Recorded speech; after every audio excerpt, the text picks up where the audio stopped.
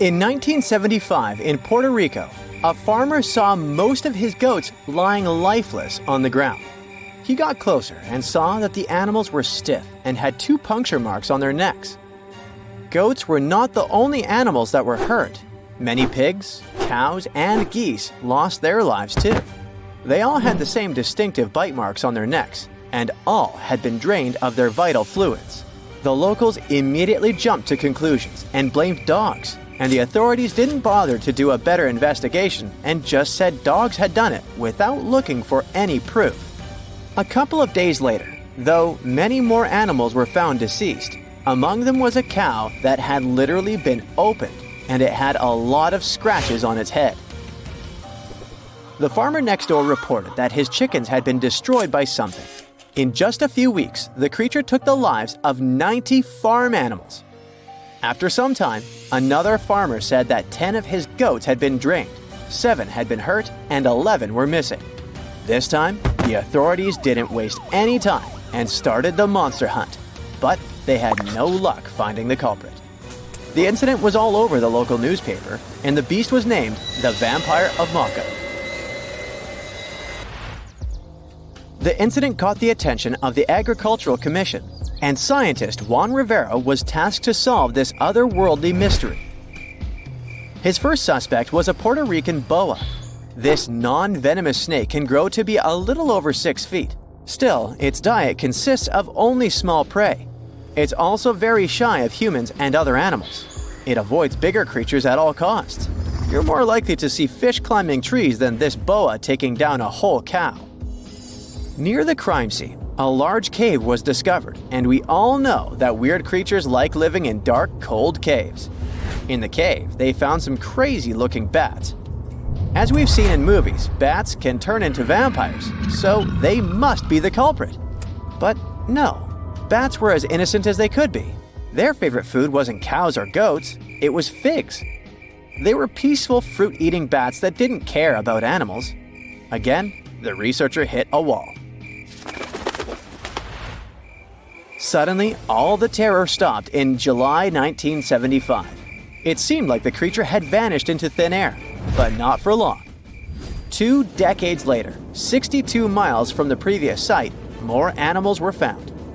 A local vet examined them. He was terrified to discover that every animal had 2 precisely cut holes like he had never seen before. The animals were anemic and looked like they'd passed away recently.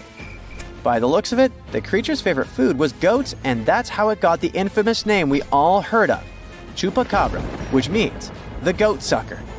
Dogs, chickens, rabbits, and other animals were not off the menu. In short time, the Chupacabra took 1,000 farm animals.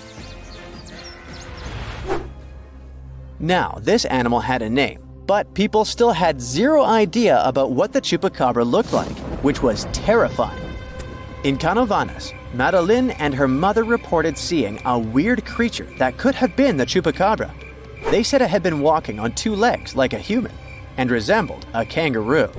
They mentioned that the monster also had spikes on the back, no ears, large dark eyes, and 2 holes for a nose. It had 2 arms with 3 fingers. The Chupacabra seemed to like Madeline's house because her husband and his coworker found it in the garage. They tried to capture it, but didn't succeed. Madeline later drew a detailed sketch of it. Many people saw the sketch and reported seeing a similar creature. They claimed it had strong legs and wings and smelled like sulfur. Take all these descriptions with a grain of salt. If they'd been true, they would have been all over the news. But still, keep in mind these descriptions. They will be important later in the story. In 1976, on some talk show, they talked about the Chupacabra, and the show quickly went viral. Soon, people started reporting having seen a similar creature in Florida and Mexico. Many said that the stories were like a unicorn rodeo. They were totally made up. In Mexico, 2 skeptical inquiries, Patricia and Mario, laid traps around those farms where the Chupacabra had allegedly been seen. They caught some animals in their traps, but no sign of the goat sucker. They only captured wild dogs. The police stated that the Chupacabra was just a wild dog, not a mythical creature. And still, in the next 5 years, there were numerous sightings of the Chupacabra worldwide. On the 13th of August of the year 2000, a farmer from Nicaragua found 25 of his sheep and 35 of his neighbor's sheep hurt. So he decided to take the matter into his own hands. One night, he was patiently waiting in the pitch-black night for the creature to appear. Suddenly, from the corner of his eye, he saw something and managed to hit it. The creature passed away. Finally, they had proof that the Chupacabra was not just a fairy tale. It was a big thing. Later, the Chupacabra was examined by a vet. The vet was shocked because he had no idea what the creature was. Remember Madeleine's description? Well, the vet described the animal differently, but his story turned out to be more plausible. This Chupacabra had large teeth, giant claws, greenish eyes, bat-like skin, and a crest sticking out of its back. The vet concluded that the animal was some kind of hybrid. They thought it was a cross between a wolf and a crocodile, but it sounds like an exaggeration and is hard to believe. We all know that such a mix is impossible. They did some tests on the body at the university in Nicaragua, and the results didn't quite deliver what they had expected. The animal was a wild dog with mange. Mange is an itchy skin disease that causes dogs to lose their hair. It's also highly contagious. When a dog has mange, their skin becomes scaly and wrinkled. When they returned the body, the farmer noticed it wasn't his Chupacabra. 7 years later, another body was found in Texas. Phyllis Cannon returned to her farm and noticed that some of her chickens had passed away. All seemed to be anemic. Later, she saw coyote-looking creatures that didn't have any hair. More of her animals were harmed, so she had to set up cameras on her farm. But unfortunately, like always, she didn't manage to record anything. Surprisingly, she got a call from a local farmer who had found the Chupacabra hit by a car. Later, another body was found much closer to her farm. She took some pictures of the animal, and soon, those images were all over the internet. Phyllis was curious and sent 5 DNA samples to 5 different universities. The results didn't match any animal in the archives. Researchers had no idea what it was, but it wasn't a dog. Phyllis still has one animal in her freezer and a taxidermied specimen in her house. There are many theories about the Chupacabra. Some claim that the animal is a genetically modified monkey that escaped the lab. Others state that it's some mysterious, otherworldly creature. The most consistent hypothesis is that the Chupacabra is a mix between a Mexican wolf and a coyote with mange. Now, do you remember that Phyllis said that she had sent samples to 5 universities and no match had been found? Well, it turned out she hadn't been telling the truth. At one university, they found that the animal was a mix between a coyote and a Mexican wolf and that it had mange. Animals with mange are weak and will likely try to hunt farm animals to survive.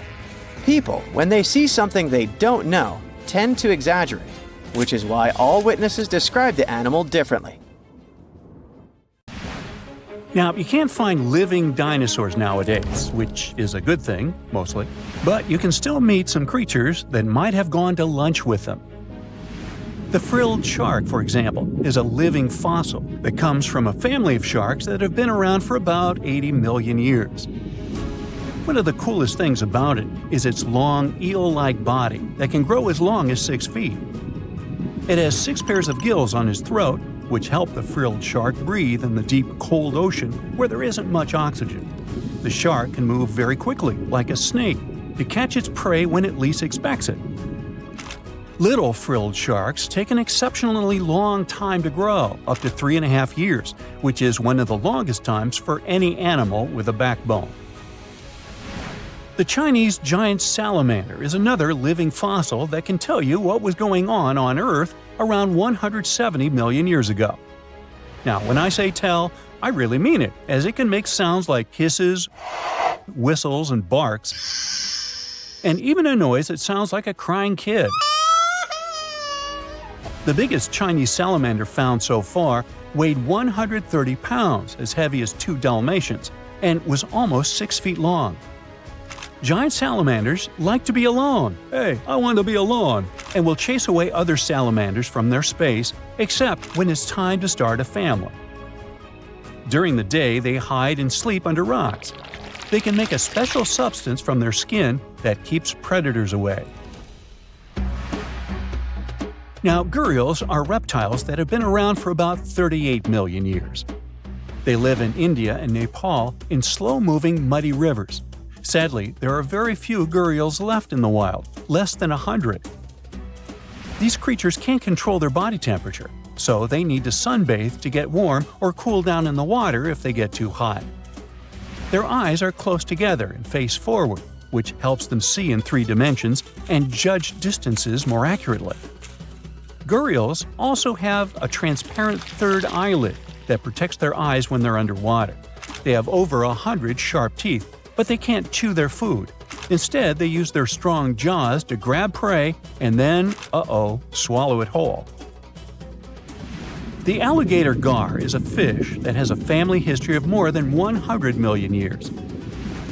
It still has some cool features from ancient times, like being able to breathe both air and water. It also has a special spiral-shaped intestine, like a shark. The alligator gar is one of the biggest and heaviest fish in North America. Just like an alligator, it has a long body and snout, plus a row of sharp teeth. But instead of legs, the gar has fins to help it swim underwater. The tuatara isn't a lizard as you might think, and isn't a dinosaur either. This New Zealand resident is one of the most unique animals in the world. Scientists love studying tuataras because they can help us understand how today's lizards and snakes evolved. One of the coolest things about the tuatara is its third eye, called a parietal eye, on its head. It has its own lens, retina, and a nerve that connects it to the brain. Scientists think it might help the tuatara know when it's light or dark outside and absorb sunlight to make vitamin D or help them keep their body temperature exactly right. Tuataras can live an extraordinarily long time, up to 100 years. Cassowaries are the youngsters on our list, as they've been around for only 60 million years. They have some things in common with dinosaurs, like their 3-toed feet and how they breathe. Cassowaries love to eat fruit, lots and lots of fruit. This love of fruit helps the rainforest, because when cassowaries eat the fruit, their bodies don't harm the seeds inside. As they move around the forest, they spread these seeds, you can guess how, with their own natural fertilizer, helping new plants grow. Cassowaries are big birds, about 6 feet tall and weigh over 100 pounds. They have a special claw on each foot that is 5 inches long, and they can use it to kick real fast. If they feel threatened, they can charge, kick, and even jump on someone. They can also leap up to 5 feet in the air. So, the best thing to do is stay far, far away from where they live. The order Notostraca is a group of crustaceans that you may know as tadpole shrimp or shield shrimps. These animals have been around for about 360 million years. They have a wide, flat shell that covers their head, and they have a pair of eyes on top. These creatures can be found all over the world in different kinds of water, like freshwater, brackish water, and even salty pools. They can also look different depending on where they live. Notostracans aren't picky eaters and can snack on pretty much anything, from plants to small animals and other shrimps. Some of them are considered pests in places like California rice paddies because they stir up the mud, which blocks sunlight from reaching the young rice plants. Sturgeons are some of the largest fish species on the planet. They live only in the cool waters of the northern hemisphere and never travel below the equator. Even though they are huge, sturgeons don't have teeth. They eat by sucking food off the bottom of rivers, gulfs, lakes, and oceans. Scientists believe that sturgeons came from a group of fish that first appeared around 419 million years ago, long before dinosaurs even existed. Their ancestors survived a big extinction event that wiped out 90% of all species and went on to become the largest fish in many rivers in North America and Eurasia. Sturgeons can live up to 100 years old or even older. Female sturgeons can lay up to 3 million eggs at a time, but not all of the eggs eventually turn into real fish. Our next hero, the Pacific lamprey, has successfully lived through at least 4 mass extinctions. Its ancient ancestors evolved over 450 million years ago.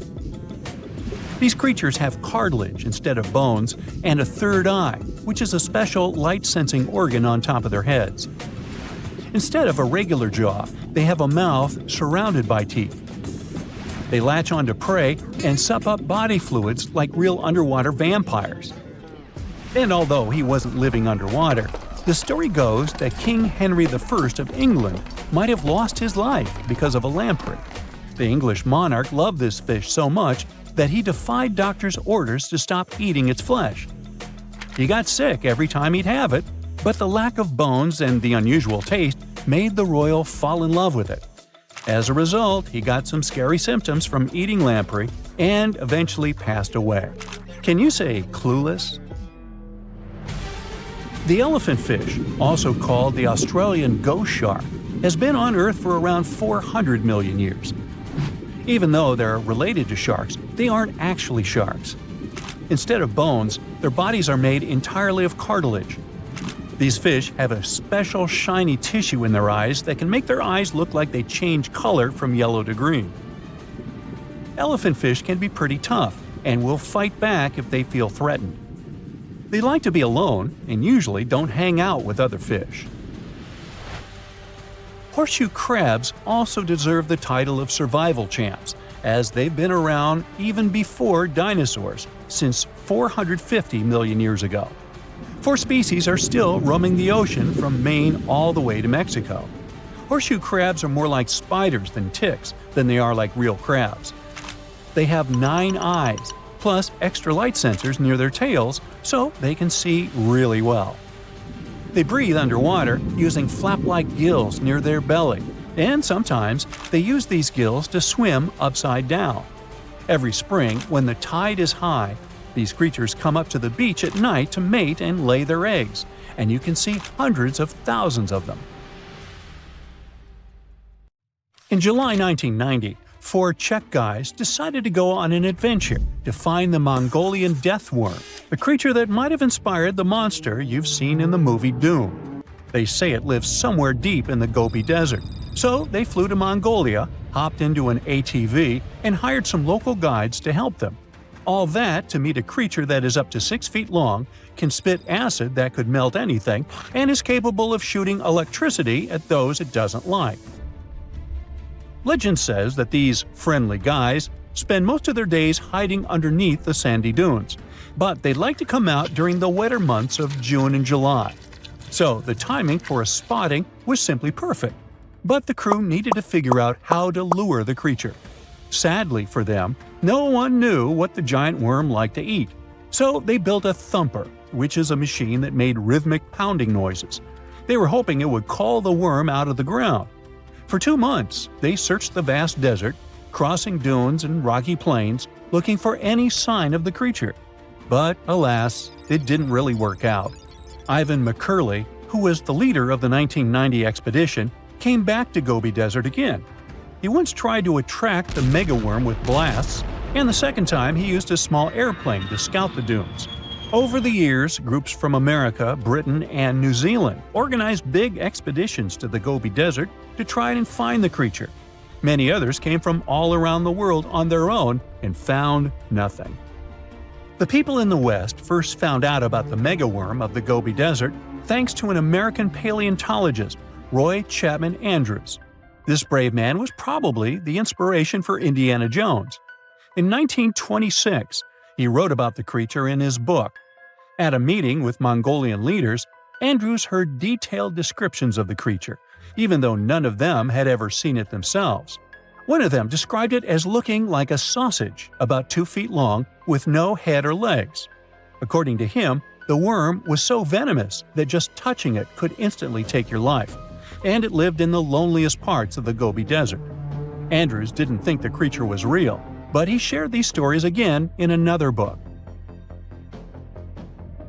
In May 2005, 4 friends from Great Britain who search for monsters professionally decided to try their luck. They made drawings of the worm and hired local people to hand out flyers all over the Gobi Desert. These flyers offered a reward to anyone who could give information about the worm or even bring them a specimen. They thought loud sounds that other explorers tried would scare the beast away. Some told them it likes damp conditions, so they came up with a plan to block streams of water to create wet areas that would lure the worm out. Their plan didn't work because it was too hard to build dams in the desert. They ended up using small traps, but didn't find any actual proof that the worm existed. But they did meet locals who shared interesting stories about strange creatures they had seen over 70 years. Over the years, stories of the monster spread around the world. In some of them, it's only 1 foot long. In others, it's as large as a human. It's white-gray or scaly and brown, or maybe fleshy and bright red. Someone said it resembled a snake, or maybe a caterpillar, or maybe it has wings and can fly. And some believe it could be a supernatural evil being without a body. Maybe the stories are so different, and the search operations are so fruitless, because the creature doesn't even exist. Or it could be one of many cryptids. Those creatures like Bigfoot, Yeti, the Loch Ness Monster, their existence has yet to be proven. In 1983, one scientist who was visiting the region heard that an old man had managed to catch the mysterious worm. He also learned there was a nest nearby. The scientist bravely approached the hole in the sand and put his hand inside. A giant creature dragged him in, and he was never seen again. Just kidding. He actually found a Tartar sand boa inside. It's a chunky, burrowing, non-venomous snake that has small eyes and gray-brown scales. He showed it to the locals to verify if it was the monster, and supposedly all of them said yes. Most Mongolians who know about the worm still believe it's real. Now, even though people call our supposed monster a worm, it's just what it sounds like in the English translation. Many Mongol cultures have used this word for centuries to refer to any animals they thought to be really dangerous, especially snakes, even non-venomous ones. So, it doesn't have to be a literal worm after all. Worms are soft and squishy, but a creature living in the harsh Gobi Desert would need to be tougher, more like a snake or a type of lizard without legs. Neither of these creatures can shoot electricity or spit acid like they say the death worm does. But some snakes, like cobras, can spit venom that's dangerous for people. If it were real, the creature would have a backbone, and explorers searching for it would likely find some bones or evidence left behind. And there are actually fossil remains all over the Gobi Desert. Scientists found representatives of over 80 dino groups here over the last almost 100 years. It all started with the world's first dinosaur egg nests. This discovery changed all the scientists knew about dinos. It was the first proof they laid eggs. In the following 2 years, the same expedition team unearthed over 100 dinosaurs and took them to the American Museum of Natural History, where you can still see them today. Some of them were swimming around in the Cretaceous Sea that used to be here about 71 million years ago. They resembled modern birds. The mystery of the megaworm is still unsolved, but there used to be another mystery scientists finally managed to explain. Back in the 13th century, a famous traveler, Marco Polo, not the guy from the swimming pool game, crossed the Gobi Desert. He thought he could hear mysterious noises, like the sounds of musical instruments such as drums. He wrote about it in his book and believed he might be hearing the voices of restless spirits. Scientists call these noises singing sands or booming sands. Unlike the squeaky sound you might hear when walking on a sandy beach, these desert sounds are much louder, like a musical instrument playing deep, haunting notes. Over the years, people came up with all kinds of ideas about what caused the sounds, like underground water or winds making the sand vibrate. Not all dunes can do this, and scientists wanted to figure out why. Sometimes the winds might cause a small avalanche on the side of a dune, and then you can hear the magical sound start. But this is rare. So, to study it, scientists had to help the dunes sing. They climbed to the top of a dune and slid down on their backs, using their hands and feet to push sand down. As the sand tumbled, the sound started softly and got louder. They could even feel the vibrations with their hands. So they found out that for a dune to sing, a few special things need to happen. The grains of sand must be the right shape, the dune has to be big, and the sand must be very dry, so no singing after it rains. Inside the dune, there's a hard layer of packed sand that acts like a giant speaker. This layer bounces the sound waves back and forth, makes the noise louder and louder, and creates a haunting melody that can fill the desert air. In other words, the dunes can play tunes. Yeah, sorry, I couldn't help myself with that one. In 2021, while drilling about 11 feet beneath the surface of permafrost in northeastern Siberia, researchers uncovered a 24,000-year-old frozen life form. And then, they brought it to life. Before cloning it, or better said, it cloned itself. This might sound like the beginning of a sinister horror story, but don't worry, it's actually quite the opposite. What scientists unearthed was a microscopic frozen organism that could fundamentally reshape what we think about evolution and survival. The uncovered tiny creatures are called bdelloid rotifers, microscopic animals with little wheel-like mouths that they use both for moving and feeding. They were first discovered in 1696 and are fairly common in freshwater environments around the world, with a few saltwater species. They might seem unremarkable, but scientists have been studying them since early microscopes made it possible to actually see them. Because even though there are only a few dozen microns wide, they're surprisingly complex, with brains, guts, muscles, and reproductive systems. Could it be that within that complexity lies the secret to ultimate resilience, maybe even for us humans? Let's break it down. These creatures are extremophiles. That means they can survive being completely drained of water at any point in their life cycle, then lie dormant until rehydrated. But that's not all. They can also persevere through some of the harshest conditions on Earth, or in outer space, or even being stuck in the Siberian permafrost wasteland for tens of thousands of years. This is possible because they can enter cryptobiosis, a condition where organisms pause their metabolism and become nearly inactive. It may sound sciencey, but actually, some of the everyday products we eat are stored in a fridge thanks to this phenomenon. Take yeast, for example. Live yeast cells are surrounded by a protective layer made of dead cells and some nutrients. You can keep yeast at room temperature, but if cryptobiosis comes into play, in the form of your fridge or freezer, it stores much better and longer. During cryptobiosis, rotifers accumulate protective compounds like chaperone proteins, which help them repair and recover once favorable conditions return. Chaperone proteins are like tiny bodyguards. Their job is to keep other proteins in the cell from falling apart under pressure. When the body is stressed, whether from heat, cold, toxins, dehydration, or just the natural aging process, the proteins inside our cells can start to misfold. Proteins need to be folded into very specific shapes to function properly, and when that structure breaks down, they become useless, or worse, harmful. Misfolded proteins can pile up and interfere with normal cell function. In some cases, they clump together in ways that poison the cell.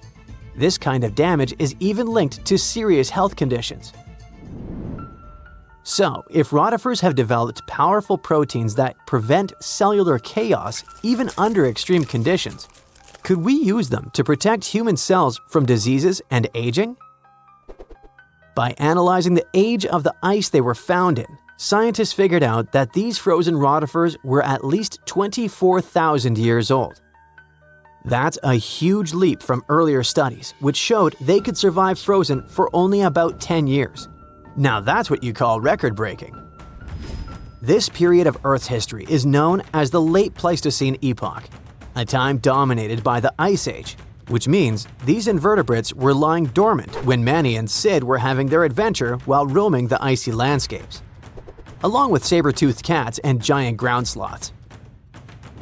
Fun fact: although animated movies like Ice Age show woolly mammoths as huge, towering giants, they were actually about the same size and weight as today's average African elephant. Nature and evolution can be so cruel, yet fascinatingly unpredictable. Massive, menacing beasts that came from the Ice Age couldn't survive it. Yet something tiny and weird, like a bedelloid, could.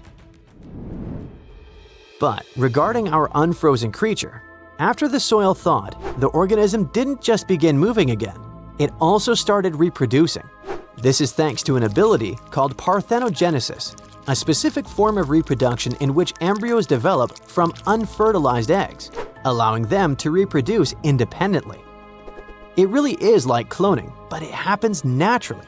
Many organisms, such as certain insects, reptiles, and even some birds, are capable of parthenogenesis, at least under specific conditions. For example, in honeybees, males develop from unfertilized eggs through parthenogenesis, making them genetic copies of their mother. However, parthenogenesis is often seen as an evolutionary disadvantage because it limits genetic diversity, meaning that most species that reproduce this way eventually face extinction. Despite this, bedelloid rotifers have diversified into over 450 distinct species over millions of years, which is extremely rare. Scientists believe their survival comes down to a few evolutionary adaptations.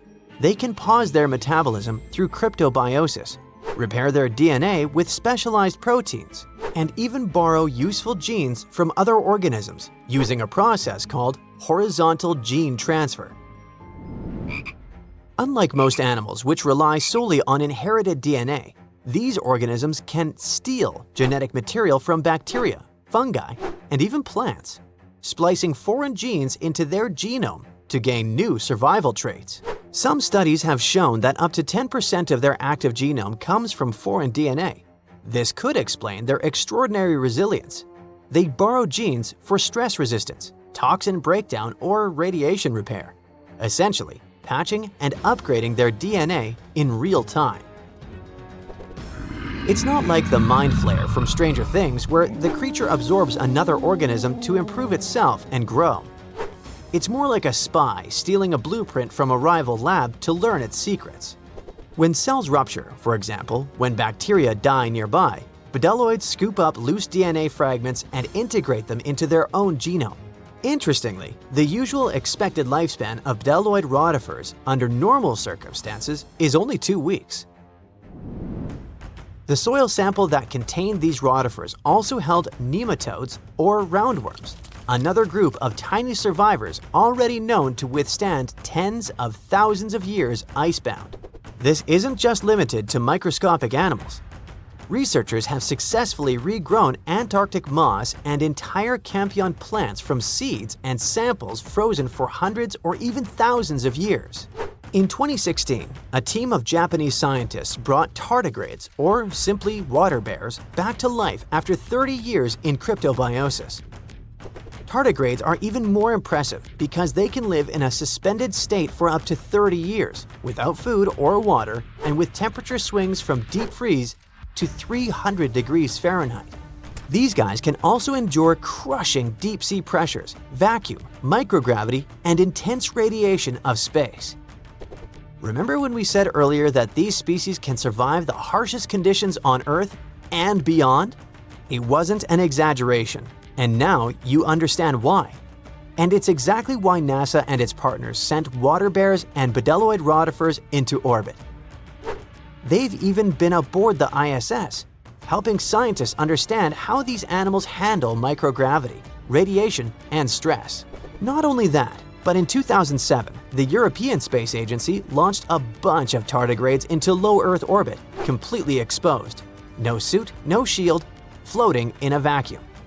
They were blasted by cosmic radiation, UV light 1,000 times stronger than what hits Earth's surface, and temperatures near absolute zero. And when they came back, most of them woke up and reproduced despite the harsh conditions they were exposed to. This ties into an old theory called panspermia, the idea that life didn't originate on Earth but arrived here, locked in space dust or trapped inside a meteorite. Before, maybe it sounded like a fringe science, but when organisms can brush off cosmic radiation, then it doesn't seem so far-fetched, does it? What about humans? Does this mean we now fully understand the way hibernation works and are close to putting humans in this state? Sorry for spoiling it for you, but it still feels more like science fiction. However, researching rotifers, water bears, and similar organisms can lead to massive breakthroughs in other fields. Their resilience might be a blueprint for medicine, for reshaping what it means to age, maybe even to pause life itself, or extend it. We're talking real, practical innovations, from better preservation of human organs for transplantation to drugs that slow aging at the cellular level. And yes, maybe even cryogenic hibernation, long enough to make interstellar travel possible. In 1952, an Air Force plane called C-124 Globemaster II crashed into a big mountain while flying from Washington to Alaska. Sadly, everyone on board, 52 people in total, didn't make it. The bad weather at the time made it hard to find the crash site, and even later, any attempts to locate it failed.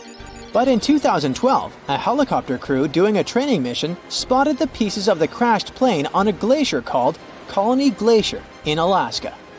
They started looking for more pieces and confirmed it was indeed the missing plane. Since then, every summer for about a decade, different military groups have been helping in an operation called Colony Glacier. They've managed to identify 40 out of the 52 people whose lives were lost in the crash. The soldiers taking part in this mission take their promise seriously to never leave a fallen comrade behind. They believe it's their duty to bring back those who didn't make it.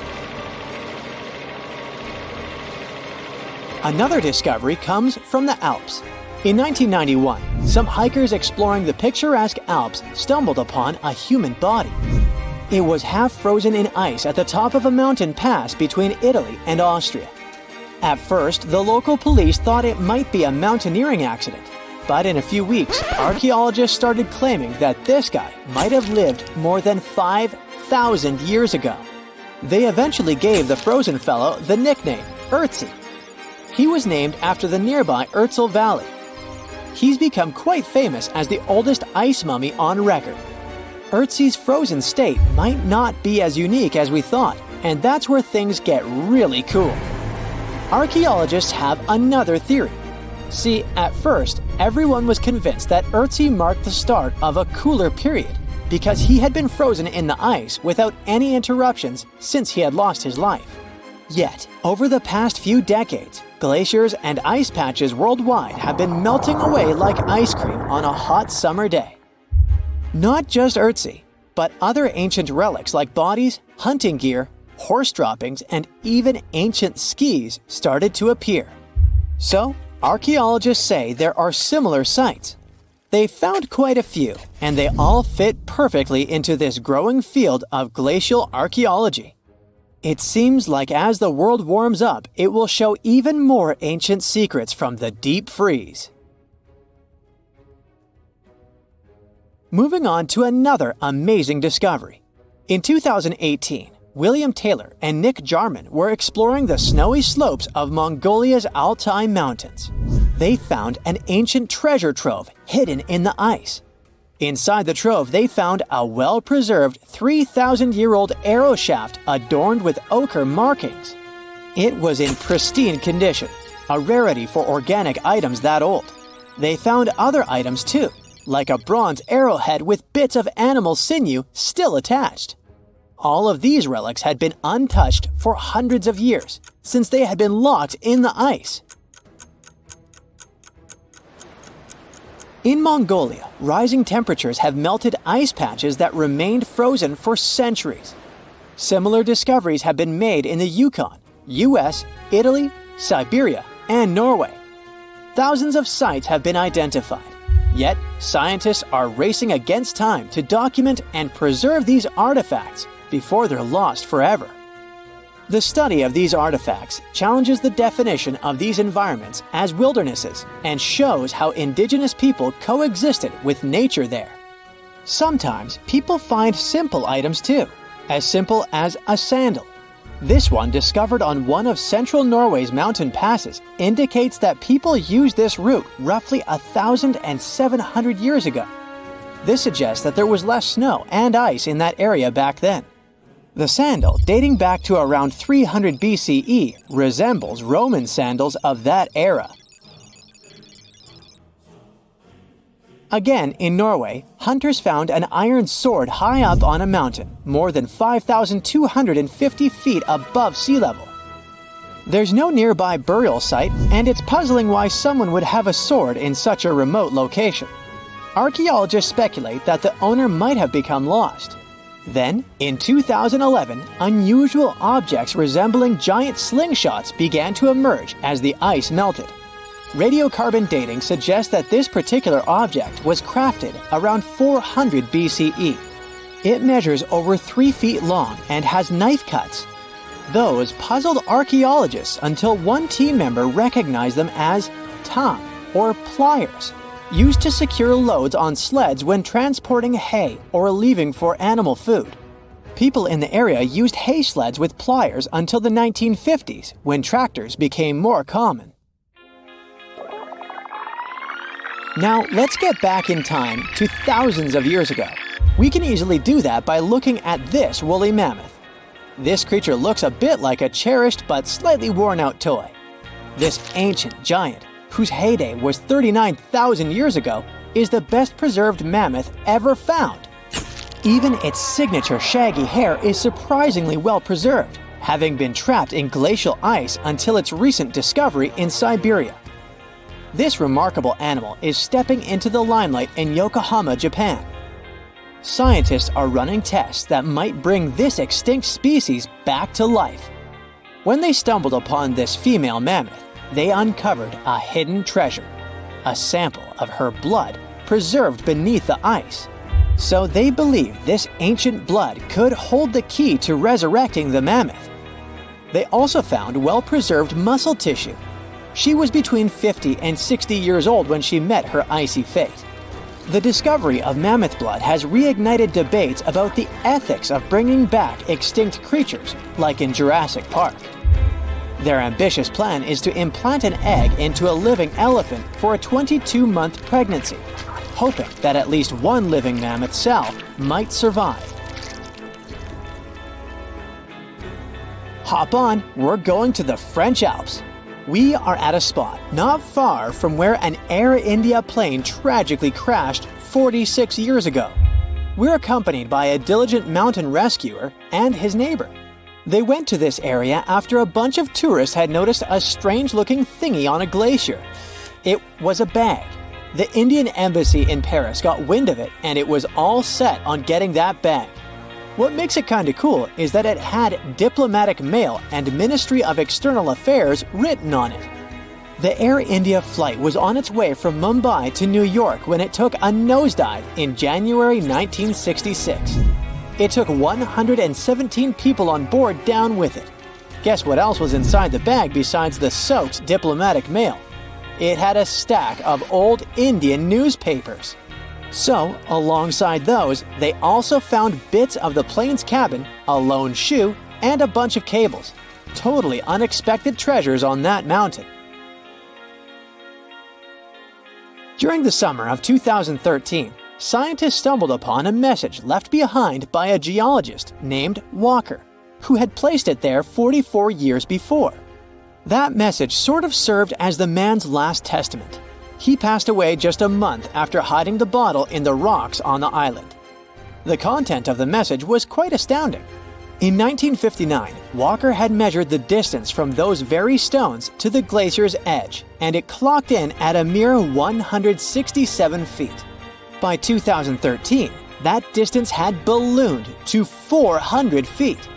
Researchers are convinced that this stark contrast between the two measurements underscores the consequences of ongoing global warming.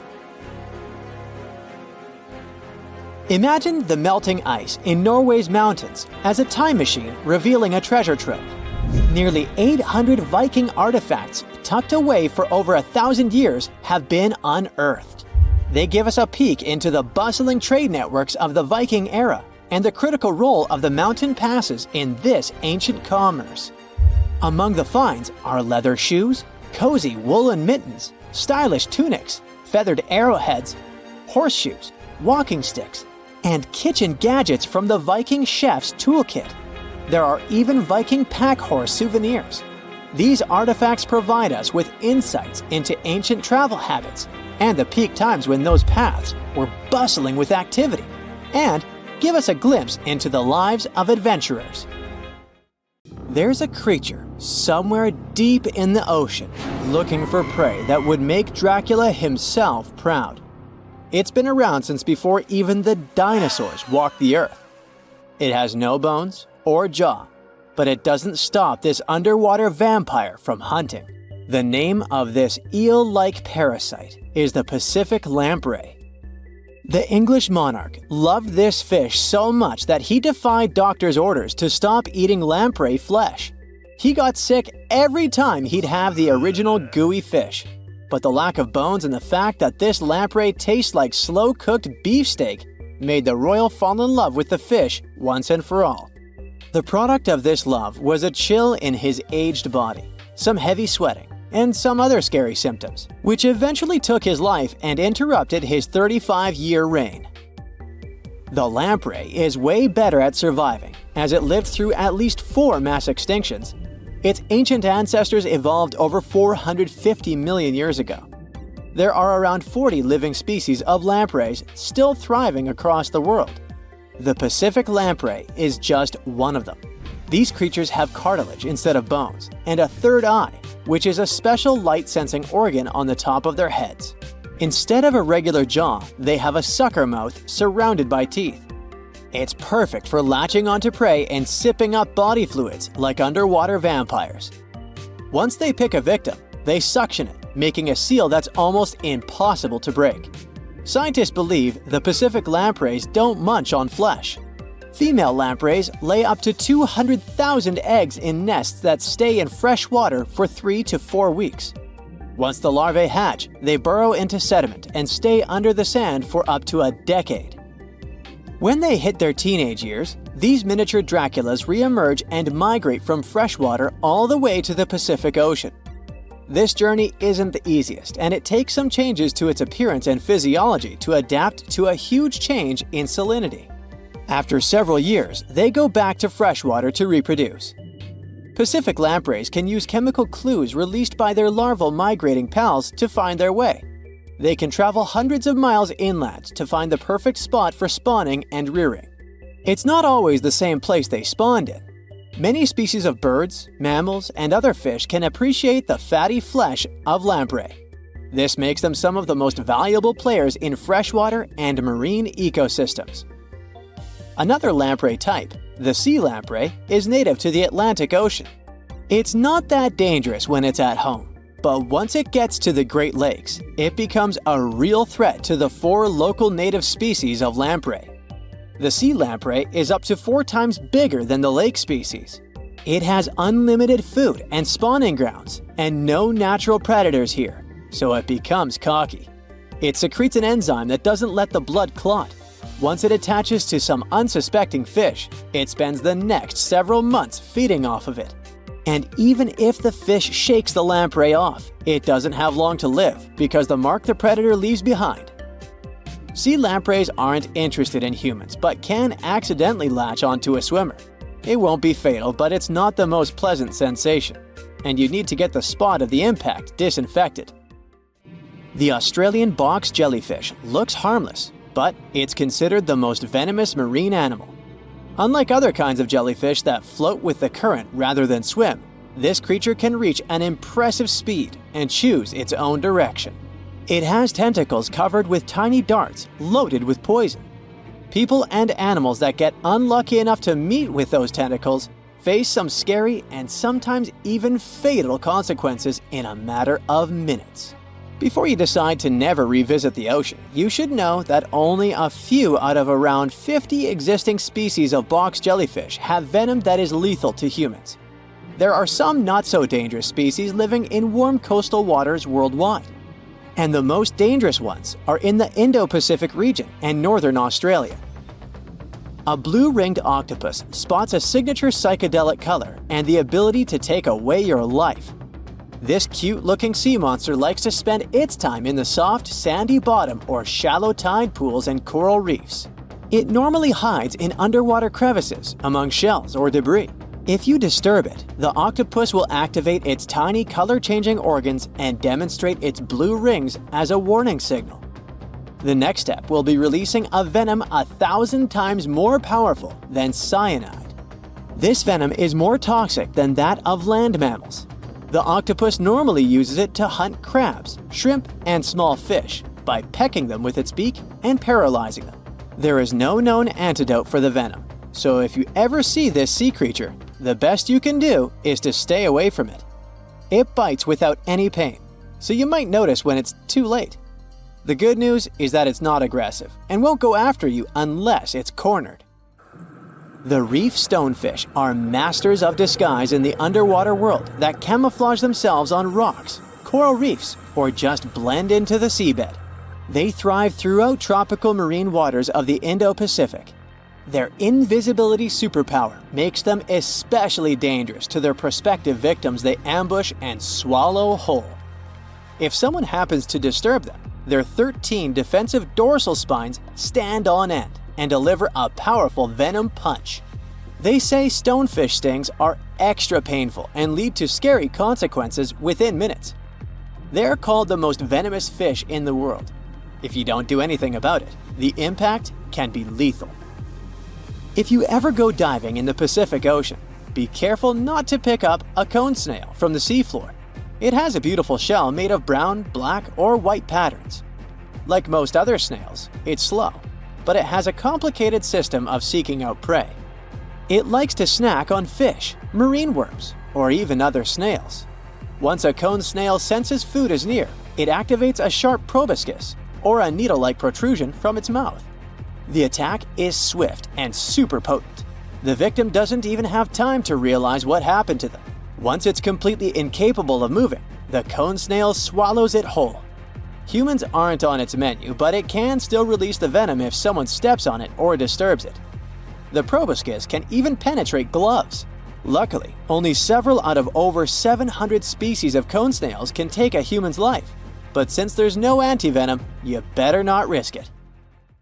All 52 known species of sea snakes living mostly in the warm tropical waters of the Indian and Pacific Oceans are venomous.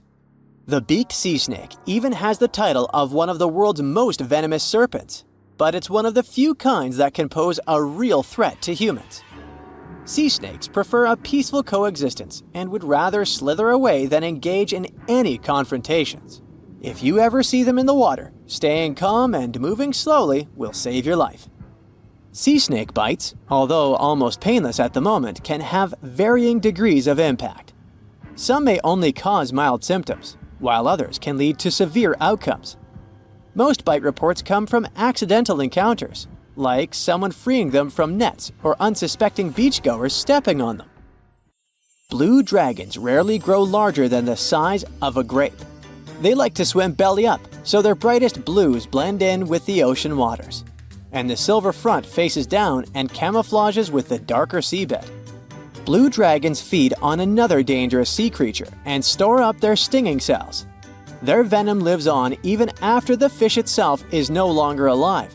That's why you should be extra careful and never pick up or step on them on the beach.